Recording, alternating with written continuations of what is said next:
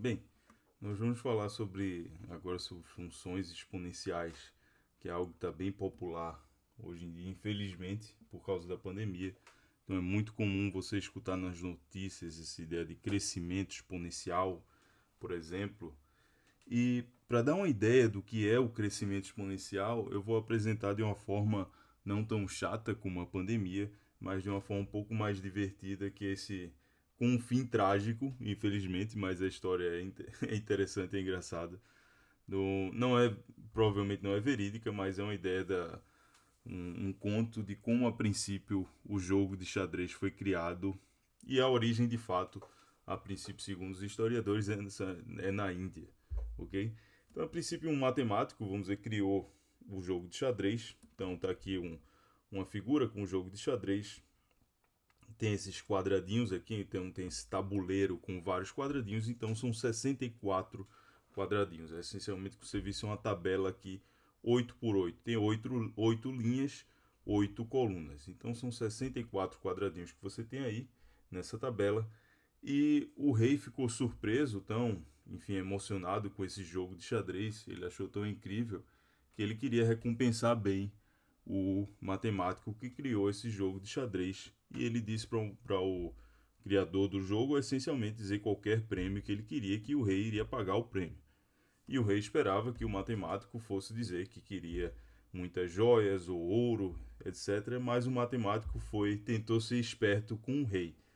E a princípio o rei não entendeu. Ele demorou um tempo para perceber o porquê, onde estava a esperteza do matemático. O matemático propôs a seguinte coisa: ele propôs que o rei iria fazer pagamentos diários a ele, mas não durante toda a sua vida, apenas durante 64 dias, que era o número de quadradinhos que você tem no tabuleiro de xadrez.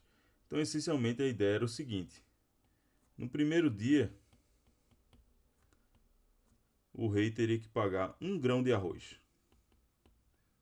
Algo bastante barato, não? Então, 1 grão de arroz, ok? Isso era o que o rei tinha que pagar. No segundo dia, então ele ia contando os quadradinhos, né? O primeiro dia, o primeiro quadradinho aqui nessa posição 1A, por exemplo. Depois o segundo dia na posição 1B, assim vai. Você vai caminhando. Então no segundo dia, 2 grãos de arroz. De arroz. No terceiro dia, ele teria que pagar 4 grãos de arroz. Então, por enquanto, está extremamente barato esse prêmio do matemático. O rei estava disposto a pagar grandes quantias ali, parte da sua fortuna, vamos dizer, de tão impressionado que ele ficou com aquele jogo. Achou que ele seria o esperto de tentar vender talvez essa ideia desse jogo e, enfim, ficar rico depois, mas enfim, essa foi a ideia que o matemático deu. Então, essencialmente, a cada dia você dobrava a quantidade de grãos de arroz que tinha que pagar ao matemático. Então, no quarto dia seria 2 vezes 4, 8 grãos de arroz. Ok? E assim vai. Então, já no oitavo dia, por exemplo, essa quantidade de grãos já chegava a 128 grãos de arroz, mas enfim, é bem pouco. Se você pegar um saco de arroz, tem bem mais de 128 grãos de arroz num saco de arroz, por exemplo. Então, ainda está bastante barato. Ok?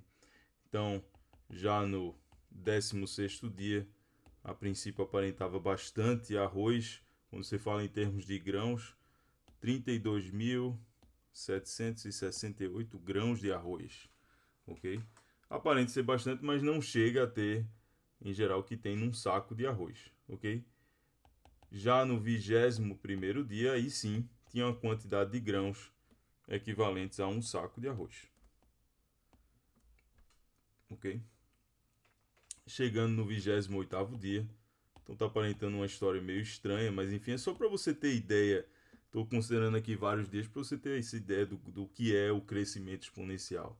Então, no 28º dia, tinha o equivalente a 8 sacos de arroz, ok? Então, ainda era bastante. O rei está pensando, pô, estou em grande vantagem aqui, está muito barato esse prêmio que eu estou pagando a esse matemático. Mas aí o problema rapidamente começa a Ah, não, aqui no 28º não, desculpa, no 20º. Errei aqui minhas contas, aqui seria no 24º dia. No 24º dia eu teria 8 sacos de arroz. Então, vai passando esse tempo, etc.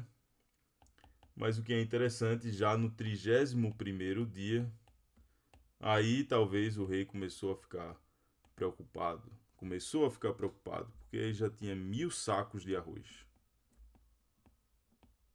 Mais ou menos o equivalente a 1.000 sacos, não exatamente 1.000 sacos de arroz, mas o equivalente a 1.000 sacos de arroz. E o rei estava preocupado porque ele percebeu que não tinha chegado nem na metade do caminho ainda. Metade seria o próximo dia, né, o 32º dia. Tem 64, né, quadradinhos, então seriam 64 dias, mais ou menos, pouco mais de 2 meses, que ele teria que fazer esse pagamento diário ao matemático.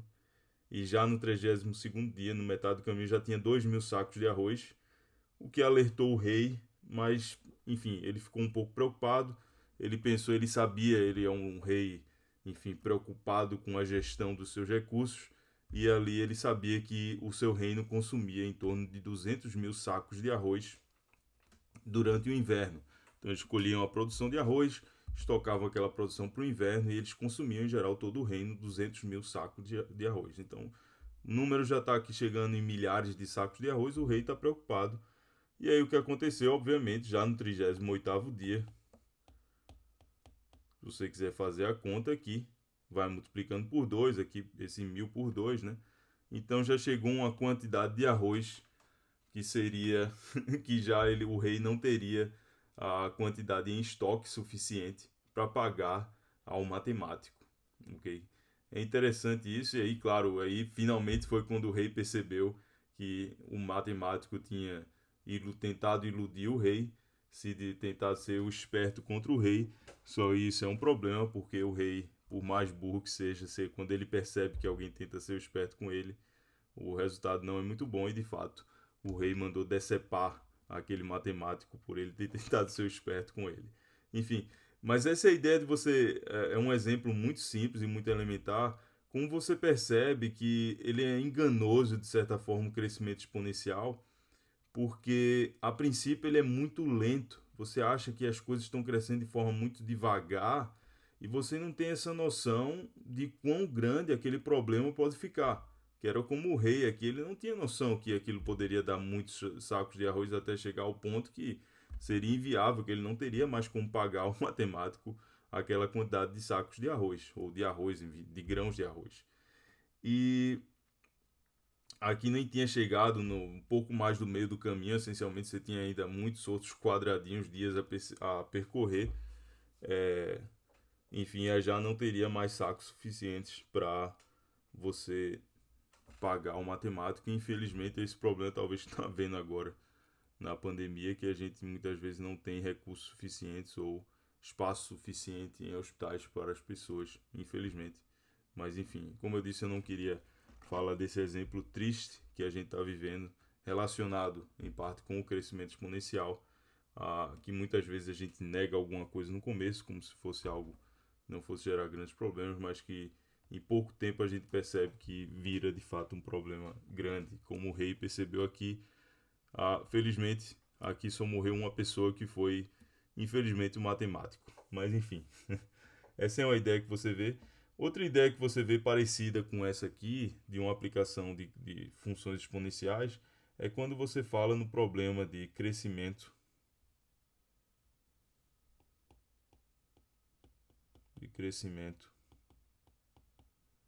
populacional. Então, só para dar uma ideia de um crescimento populacional mais, enfim, que deixa para a gente controlar, né, de forma mais fácil e durante um pouco tempo da vida da gente, que é o crescimento populacional de uma população de bactérias.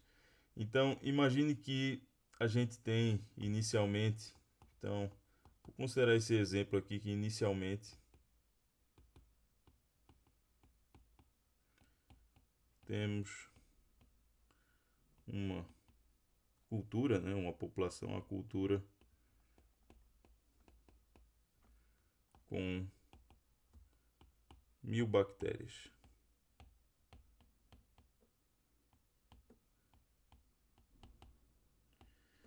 E essa população de bactérias, você sabe, desde que haja recursos, né, recursos ali, alimentos, vamos dizer, para aquela bactéria, ela vai se reproduzir, ela se reproduz de uma forma bastante eficiente, ela se divide, diferente do ser humano, que, enfim, mamíferos, etc., outros animais com características mais complicadas para se reproduzir. Uma bactéria é simples, é um ser vivo simples e também se reproduz de uma forma bem simples e bem eficiente, ela se divide, ok?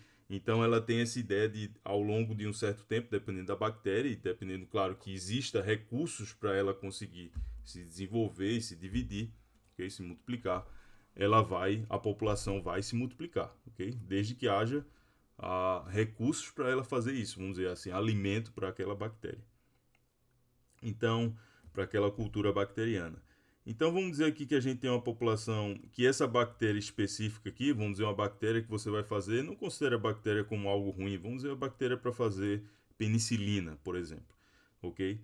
Então estou ali, eu sou produtor farmacêutico, eu estou fazendo a penicilina, que é um grande avanço, inclusive para a humanidade, a penicilina, mas enfim, eu estou fazendo ali eu considero aquela população de bactéria e ela dobra. Então inicialmente temos 1.000 bactérias e vamos considerar aqui, e essa população dobra de tamanho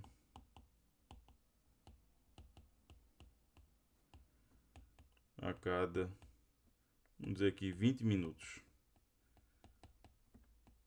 Em geral, de fato, as bactérias, desde como eu disse, haja recursos, elas vão se reproduzir bastante bem rápido. Eu sempre chamo essa atenção de haver recursos, porque muitas vezes você pode fazer uma interpretação errada do que é o crescimento populacional, do que é o crescimento exponencial, mas geralmente, que ele acontece até um certo ponto, assim como na pandemia, né? Porque você, na vida real, você tem uma quantidade finita de recursos.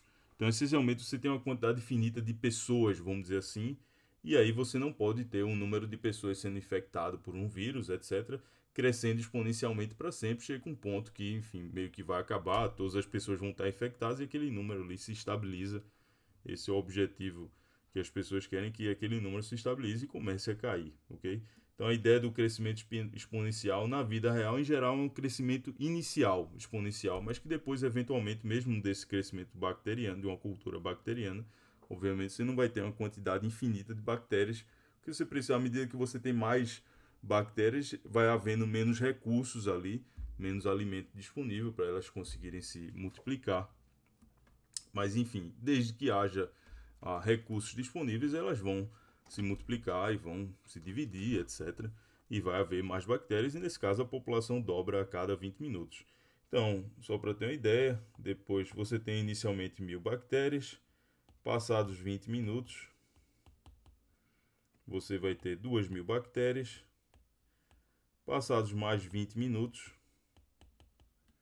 você vai ter 4.000 bactérias. Então, essencialmente, se você perceber aqui, depois desses dois períodos de 20 minutos, se eu considerar em relação ao tempo original, vamos dizer que o tempo original aqui, meio-dia eu tinha 1.000 bactérias, depois meio-dia e 20, 2.000 bactérias, meio-dia e 40, 4.000 bactérias. Então, só o que eu quero dizer aqui é que passado 40 minutos, eu vou ter essas 4.000 bactérias. Então, eu vou multiplicando por 2 o número, a população de bactérias a cada período desse de 20 minutos. Então, o que eu quero saber agora, então, qual a população,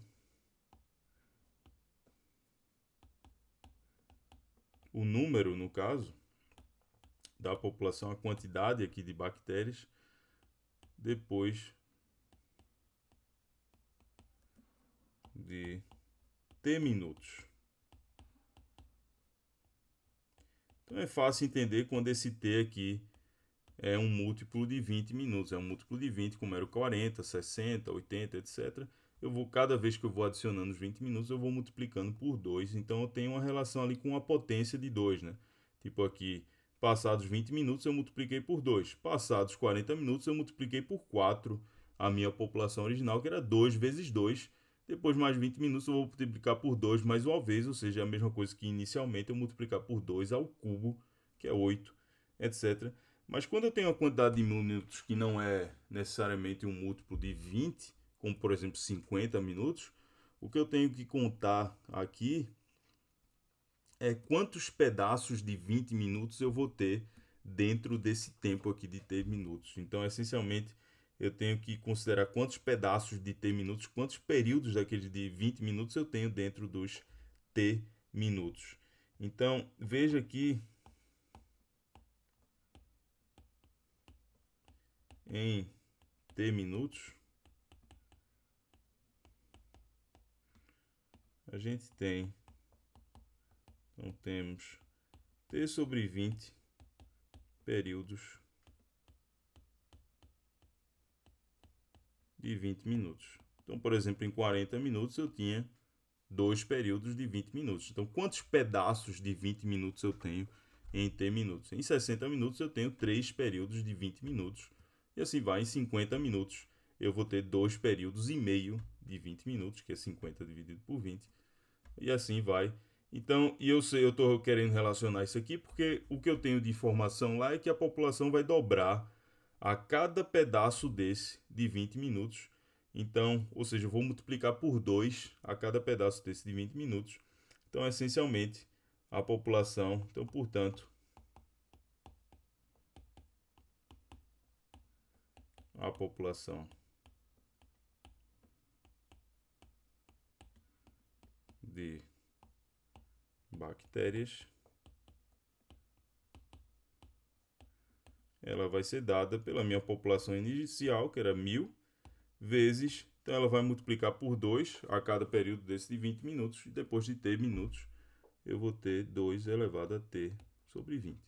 Perceba naquele caso, quando t era 40 minutos, multipliquei por 4, que é 2 ao quadrado, t é 60 minutos, multipliquei por 8, 2 ao cubo, etc. Então, mas geralmente eu vou multiplicar por 2 a cada pedaço desse de 20 minutos. Então, eu vou multiplicar por 2 elevado a t sobre 20. T sobre 20 vai me dar a quantidade de pedaços, a quantidade de períodos de 20 minutos, né?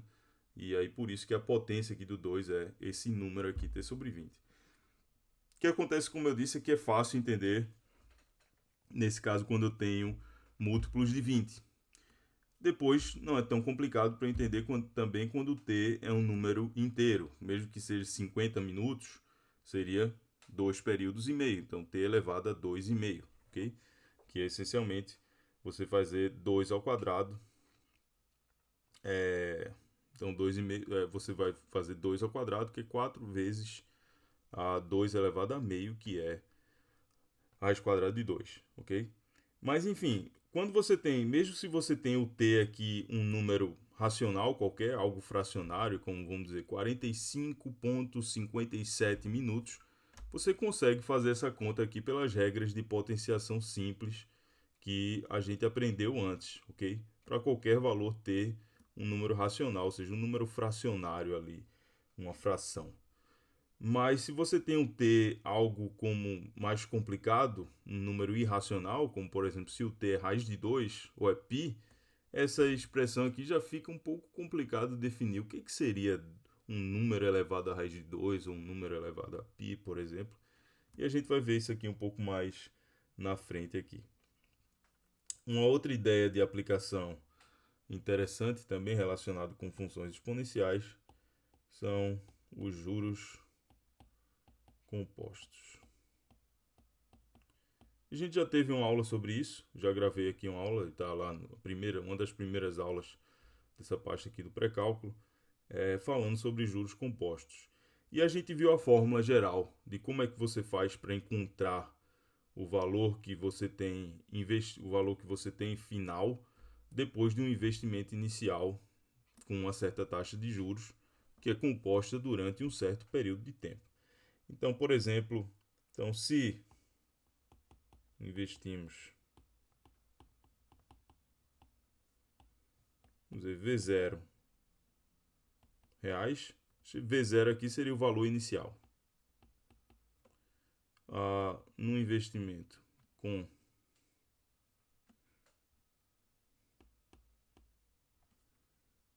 taxa de juros, investimento que paga uma taxa de juros de R. Esse R aqui eu não estou escrevendo como R%, ok?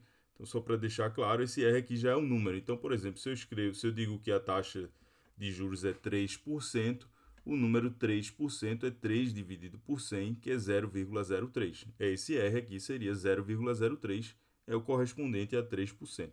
Mas eu já estou considerando como o número, sem considerar, já considerando aquela questão do porcento. Então, se eu falo 4%, esse R aqui seria 0,04, que é 4 dividido por 100, ok? Então, só para ficar mais fácil a gente escrever a fórmula lá já sem considerar esse porcento. Então, enfim, a taxa de juros aqui é desse valor R e os juros são compostos, ou seja, eles são pagos, vamos dizer, pelo banco aqui anualmente.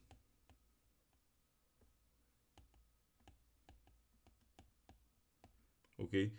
Outra coisa aqui que é importante eu falar, essa taxa de juros é anual também aqui, esqueci de escrever. Essa taxa de juros é de R, isso aqui é ao ano. Vou parênteses aqui, ao ano. Então essa aqui é a minha taxa de juros anual. Se fosse, como eu disse antes, se fosse 5% ao ano, esse R aqui é 0,05 ao ano. E é composto anualmente. Então, depois de ter anos,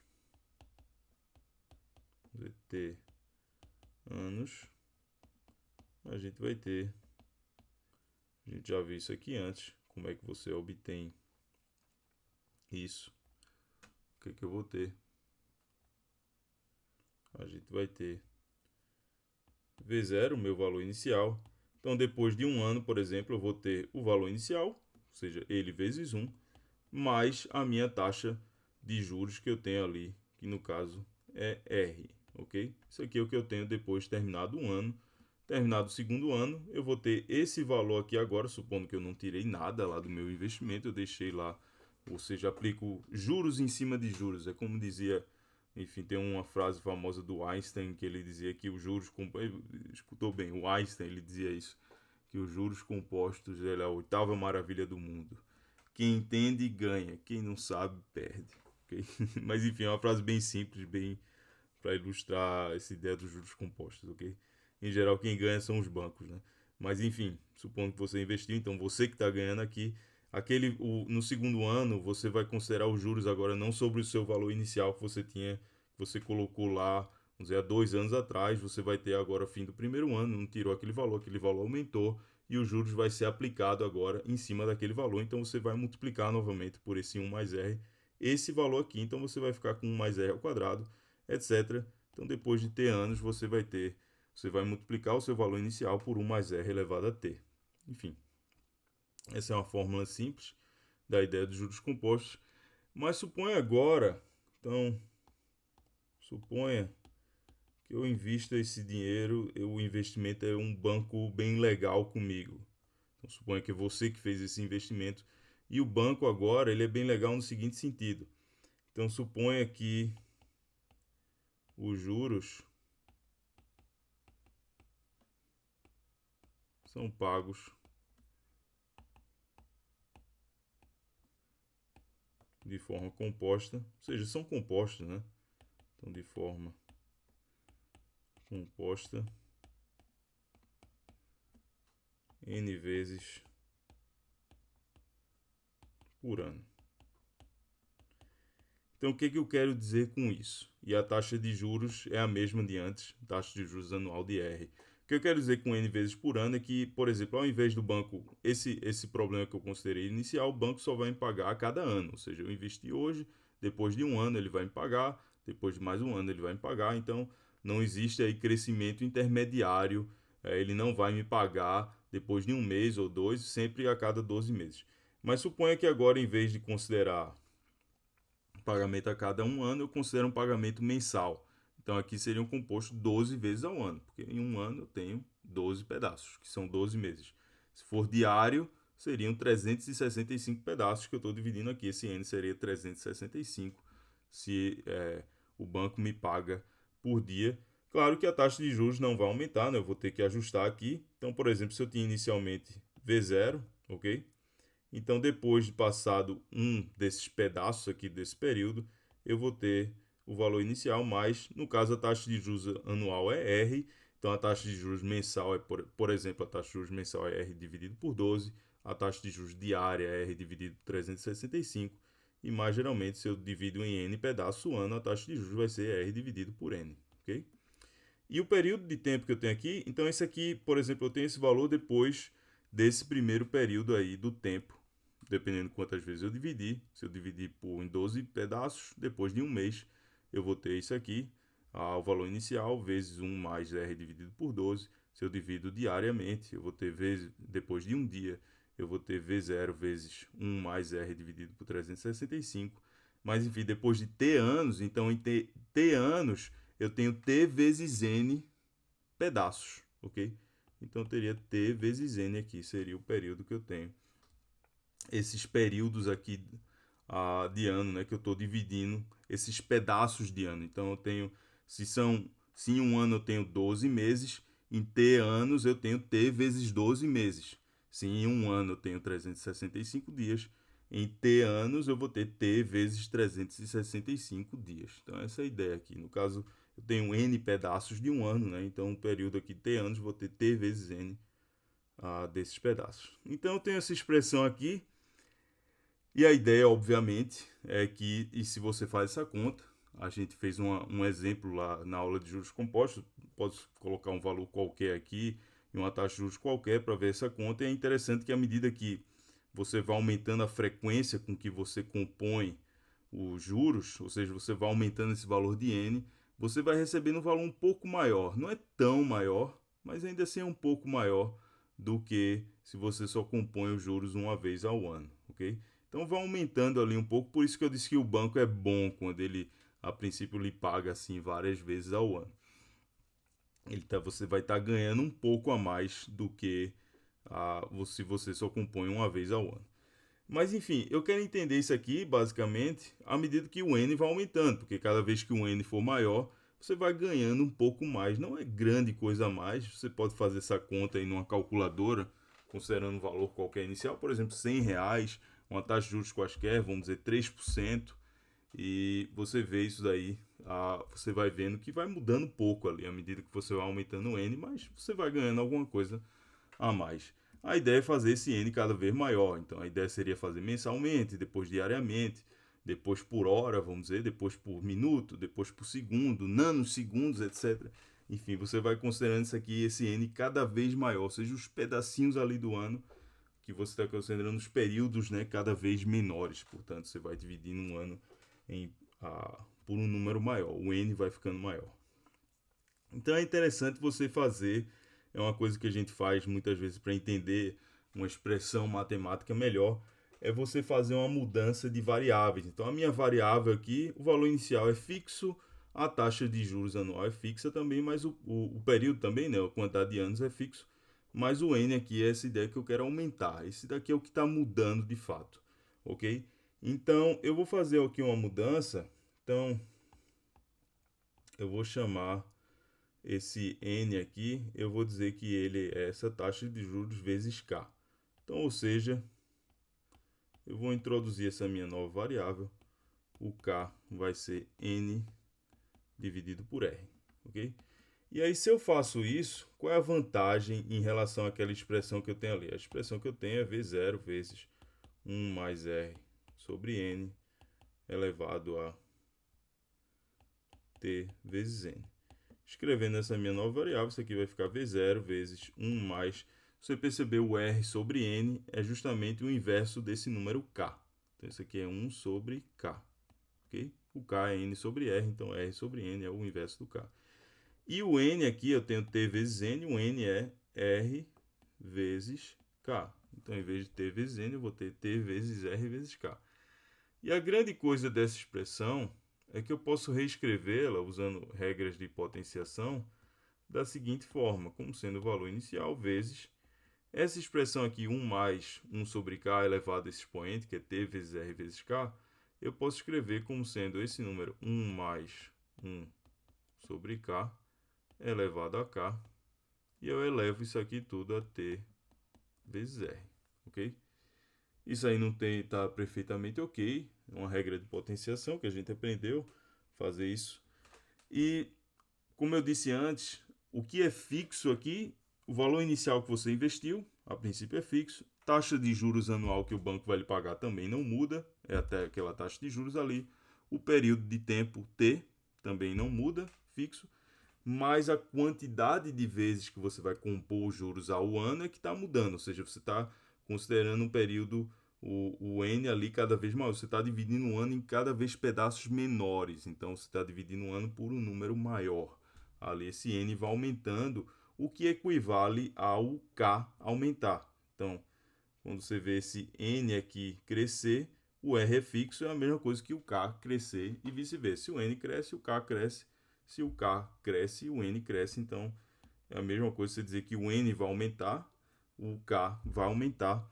Então, o que eu quero entender essencialmente aqui é o que é essa expressão que eu marquei aqui, que eu circulei, quando o K vai ficando maior.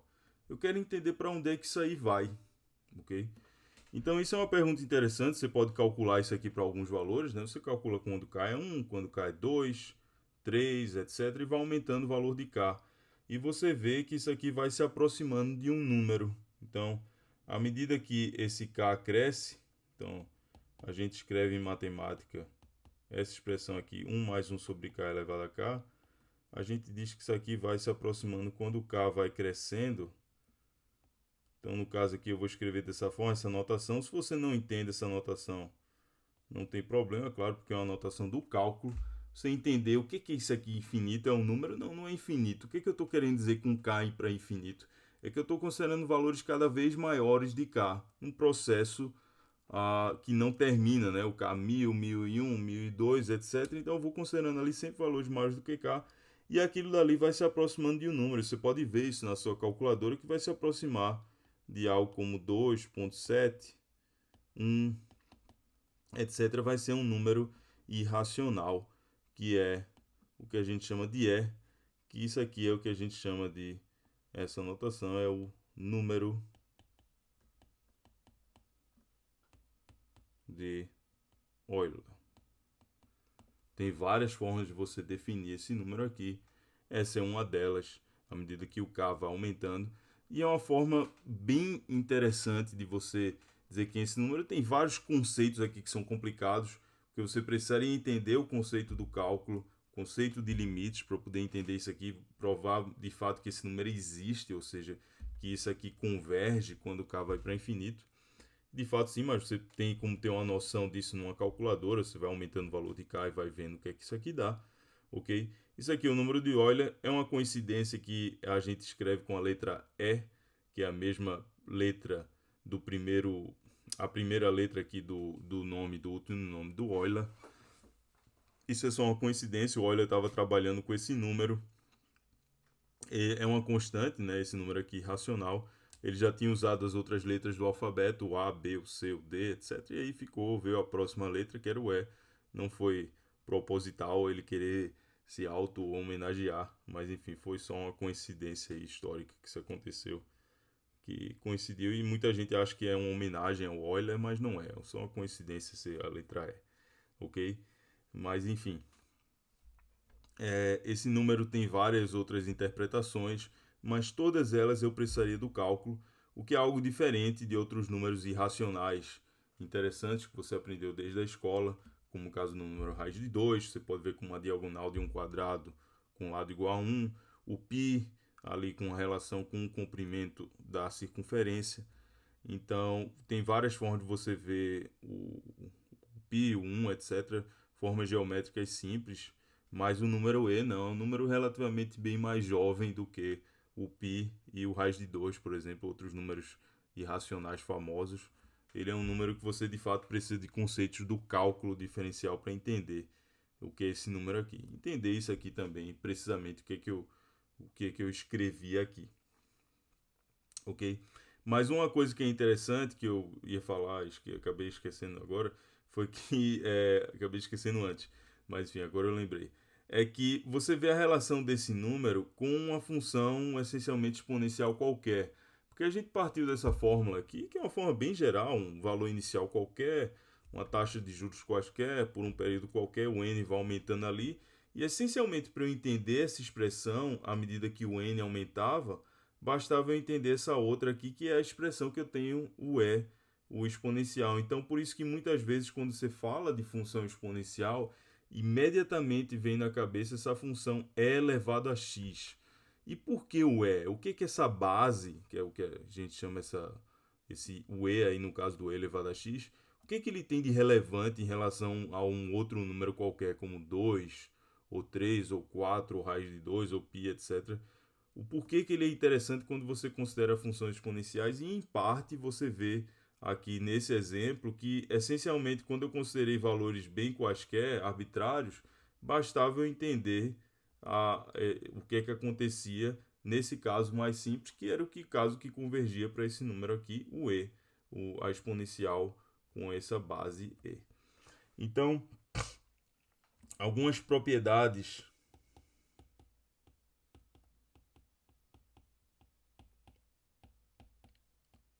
da função exponencial.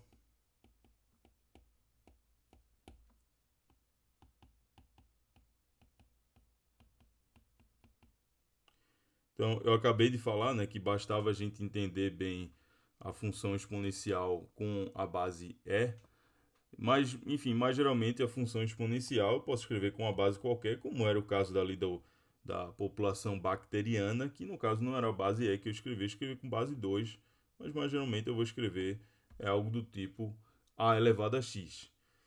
De novo, ainda volta aqui um problema, o que é, eu ainda não falei sobre isso, o que seria, então, como eu disse, eu falei da base mais padrão, né, que é o E, que vem aqui do nome exponencial, também, né, a relação do E com esse nome exponencial, enfim, mas enfim, o que acontece aqui é que eu tenho esse problema para definir o que é isso aqui quando eu tenho um valor arbitrário de x, ou seja, eu estou considerando isso aqui para um número real qualquer, então como é que eu faço para definir isso daqui? Mas enfim, antes disso, o que a gente pode dizer? A gente sabe as regras de potenciação. E a gente sabe calcular isso aqui, não tem problema calcular.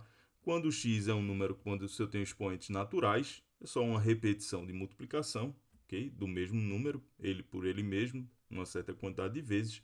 Quando você tem um expoente, um número inteiro, ok? Como 2, 3, 4, etc. 5.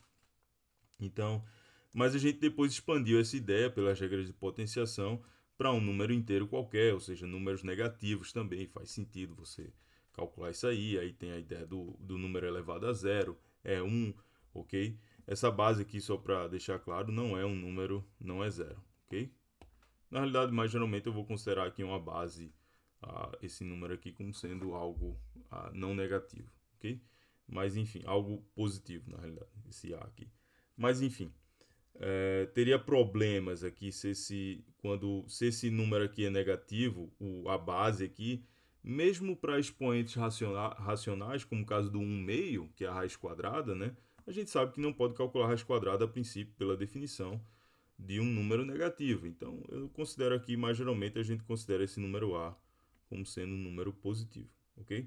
Mas a gente tem regras de potenciação que a gente aprendeu com a potência aqui como sendo número natural, número inteiro e número mais geralmente para números racionais. Então, se eu tenho x e y são números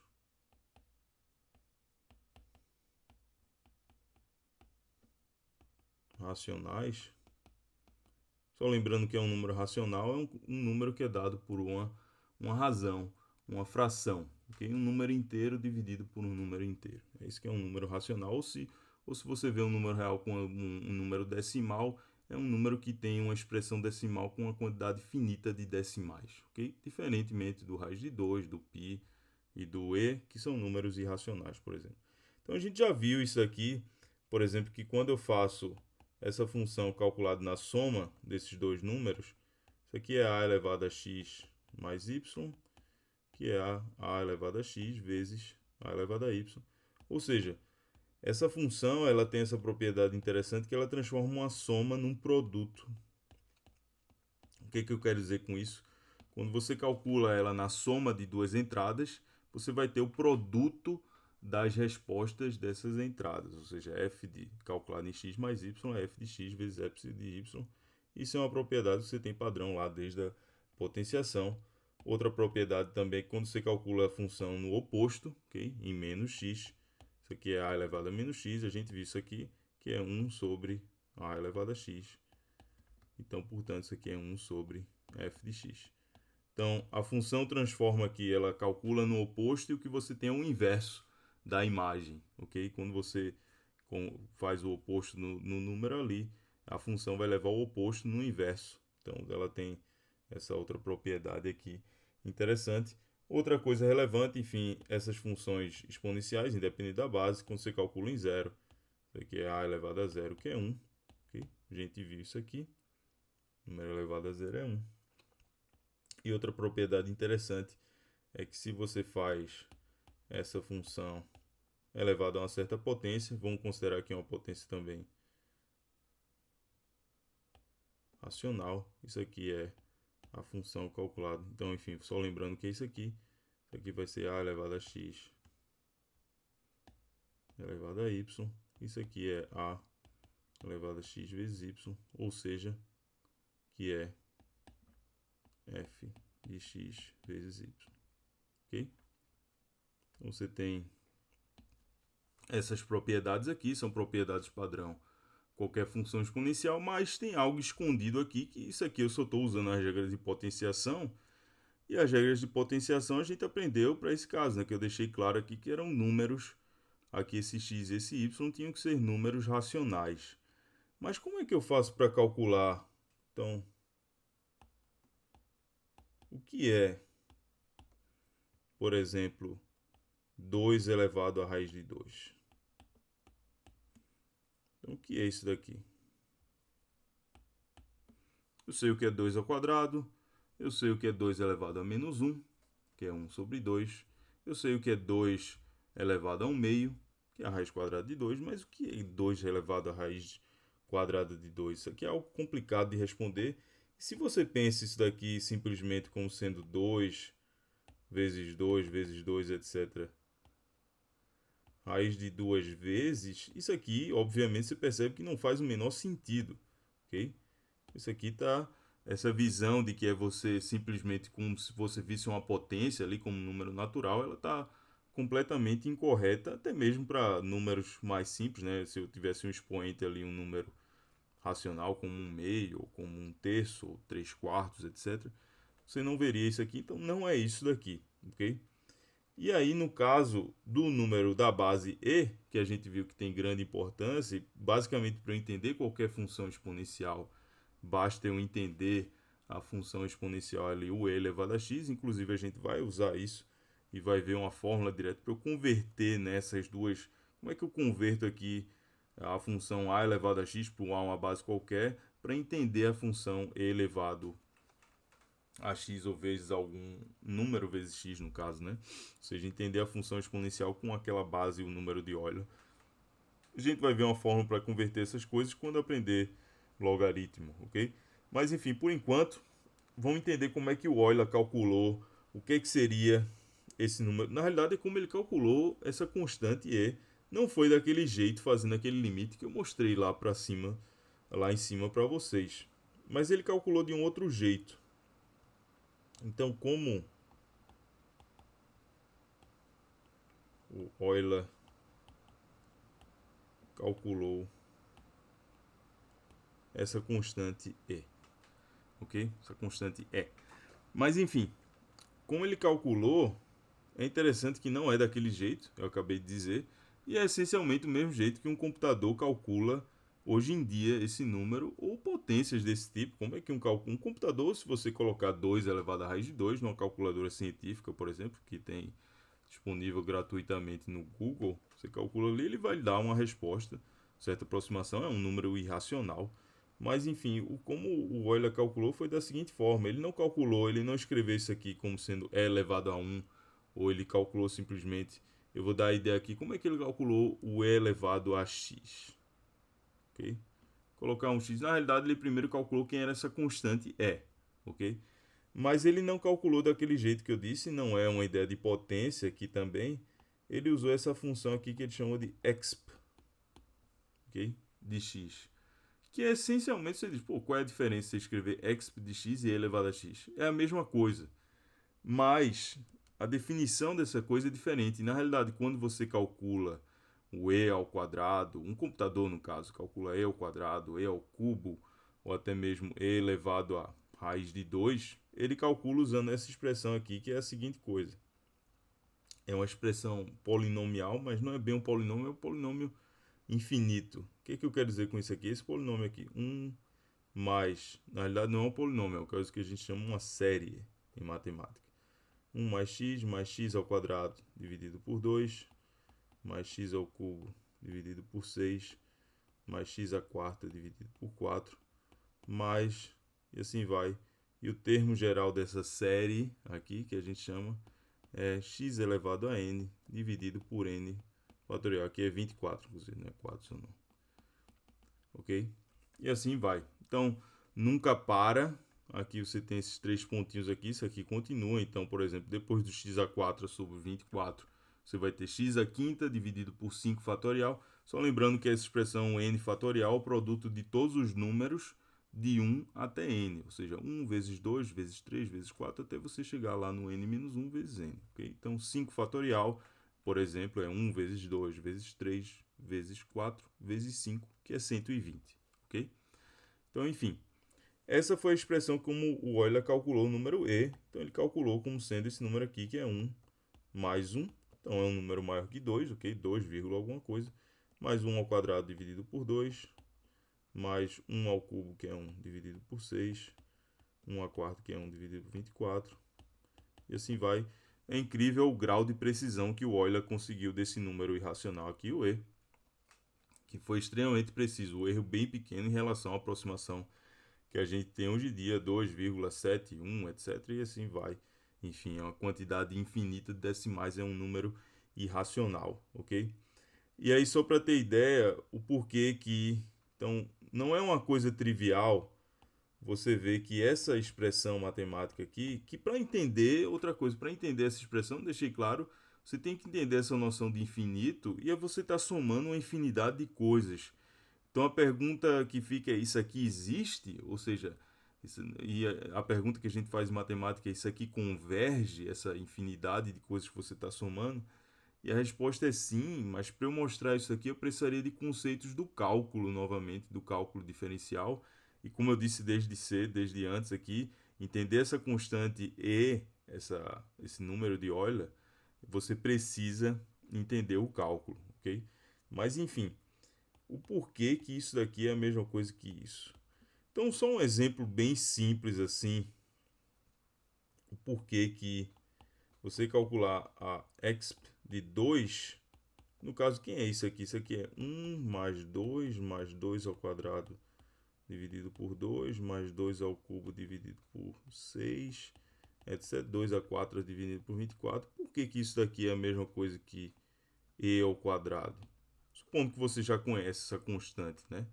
E, que é 2,71, etc. Enfim, uma constante aí, um número irracional. Isso aqui não é uma coisa trivial. Além disso, por que é que, por exemplo, quando você faz a exponencial de 2 mais 3, se eu faço isso aqui, o e elevado a 2 mais 3, eu posso dizer, a gente sabe que isso aqui é a mesma coisa que e ao quadrado vezes e ao cubo. Então, por que é que isso aqui é a mesma coisa que a exponencial de 2 vezes a exponencial de 3? Isso também não é algo trivial. Se você perceber essa exponencial 2 mais 3, que é a exponencial de 5, é o que? É 1 mais 5 ao quadrado dividido por 2, mais 5 ao cubo dividido por 6, etc. E você vai fazendo aquela soma infinita que não tem nada a ver, a princípio, com a exponencial de 2 e a exponencial de 3, ok? Esse produto aí. E mais um detalhe que eu vou chamar a atenção para aquela aproximação que a forma original como a gente definiu aqui, esse número não foi por essa soma aqui, por essa exp por essa soma aqui, 1 mais 1 meio. Foi uma forma bem, a princípio, distinta. Então, vamos voltar lá. Que era essa expressão aqui, 1 mais 1 sobre k elevado a k, e eu fazendo o valor de k ficando cada vez maior.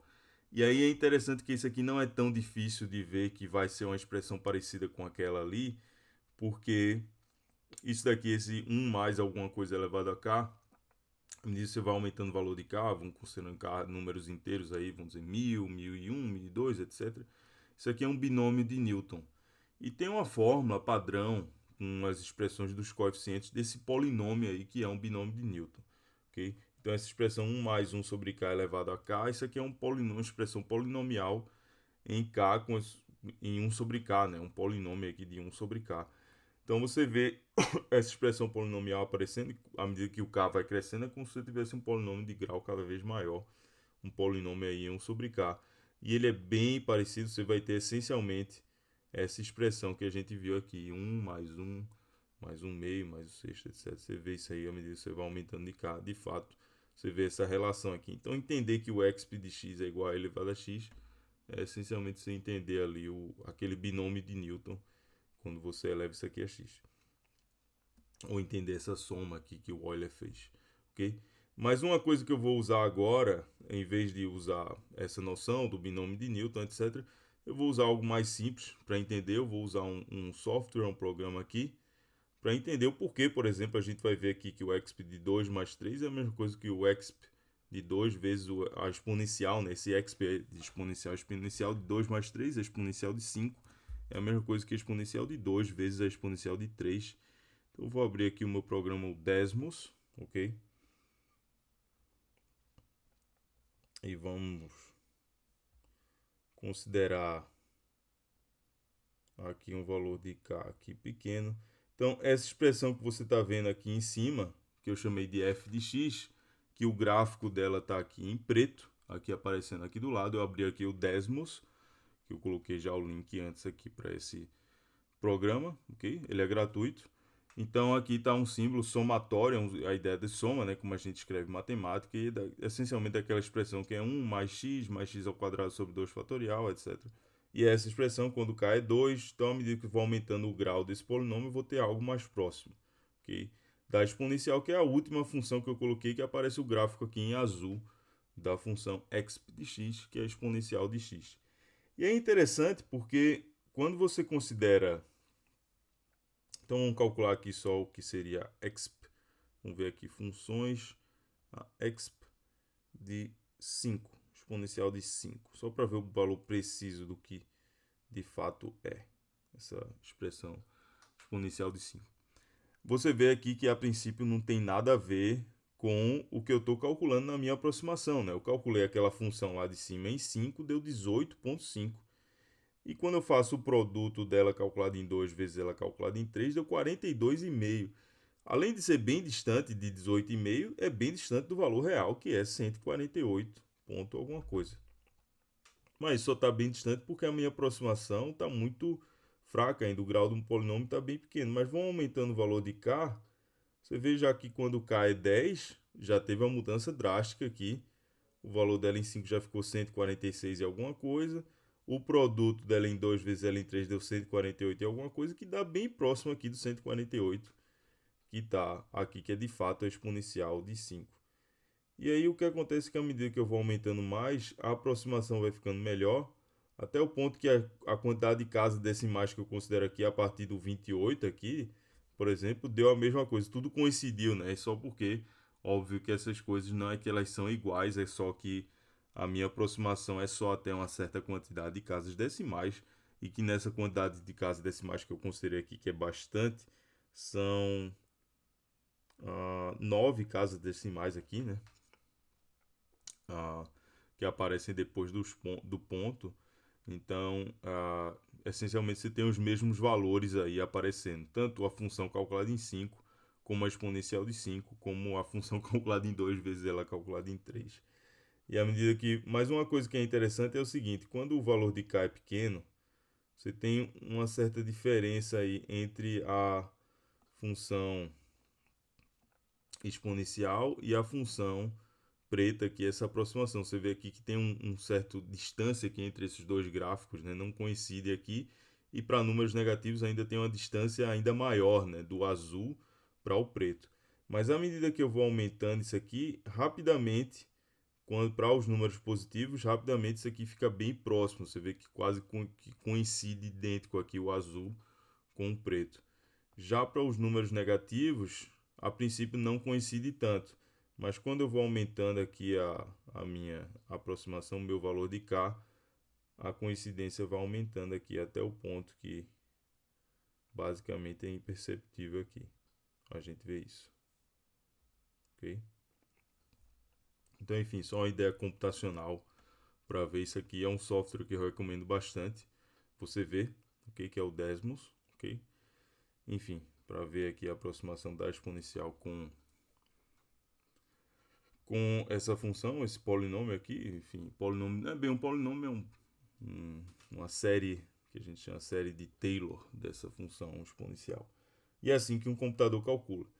O que é interessante daquela fórmula, então vamos escrever aqui de novo aquela fórmula que era exp exponencial de x como sendo 1 mais x ao quadrado sobre 2 mais x ao cubo sobre 6 mais x a quarta sobre 24, etc. O termo geral dessa soma é x elevado a n dividido por n fatorial. O que é interessante dessa expressão é o seguinte, é que ela me dá um jeito agora, ela resolveu aquele problema que eu tinha originalmente para calcular a exponencial de um número irracional, por exemplo. Então, eu posso calcular aqui a exponencial de raiz de 2. Porque isso aqui é bem simples, com o raiz de 2 eu posso calcular potências de raiz de 2. Eu sei quem é o raiz de 2, sei aproximações para ele. Então, posso calcular a raiz de 2 ao quadrado, que inclusive é 2. Eu posso calcular a raiz de 2 ao cubo.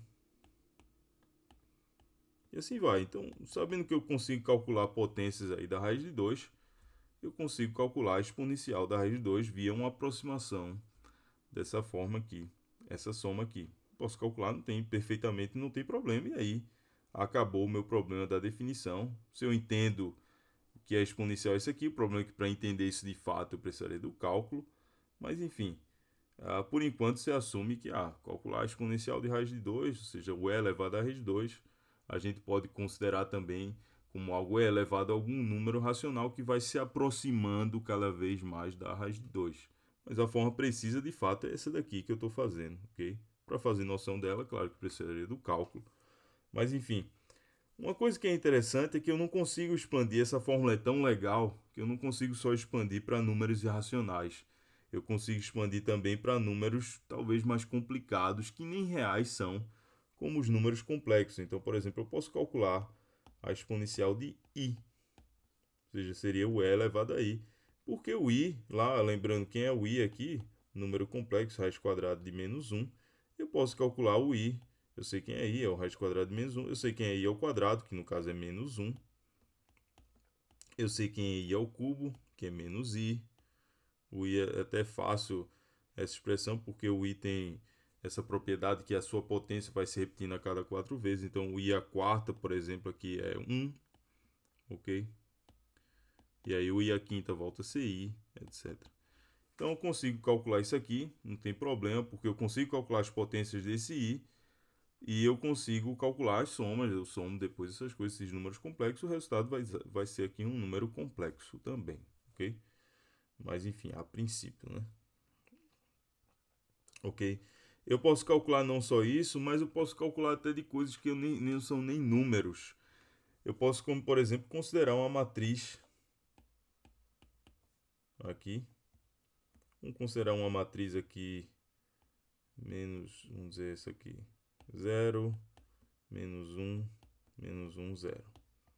Vamos considerar aqui uma matriz qualquer, uma matriz quadrada, 2 por 2 quadrado, no sentido que ela tem a mesma quantidade de linhas e colunas, ok? Então, nesse caso, produtos de matriz é algo meio complicado, né? Você não pode pegar uma matriz qualquer, ou seja, com uma quantidade qualquer de linhas e outra quantidade qualquer de colunas e dizer que você consegue calcular potências dessa matriz, porque produto de matriz tem certas particularidades quando você consegue fazer o produto de duas matrizes. No caso de uma matriz quadrada, o número de colunas é o mesmo do número de linhas, Então não tem nenhum problema fazer potências dessa matriz. Eu posso multiplicar ela por ela mesma, fazer o quadrado e continuar multiplicando por ela, fazendo o cubo, o quarto, a quinta, etc. E fazer qualquer potência dessa matriz. Então faz sentido eu calcular o que seria a exponencial dessa matriz. Seria 1 mais a matriz ao quadrado, dividido por 2, mais a matriz ao cubo dividido por 6, e etc. Ok?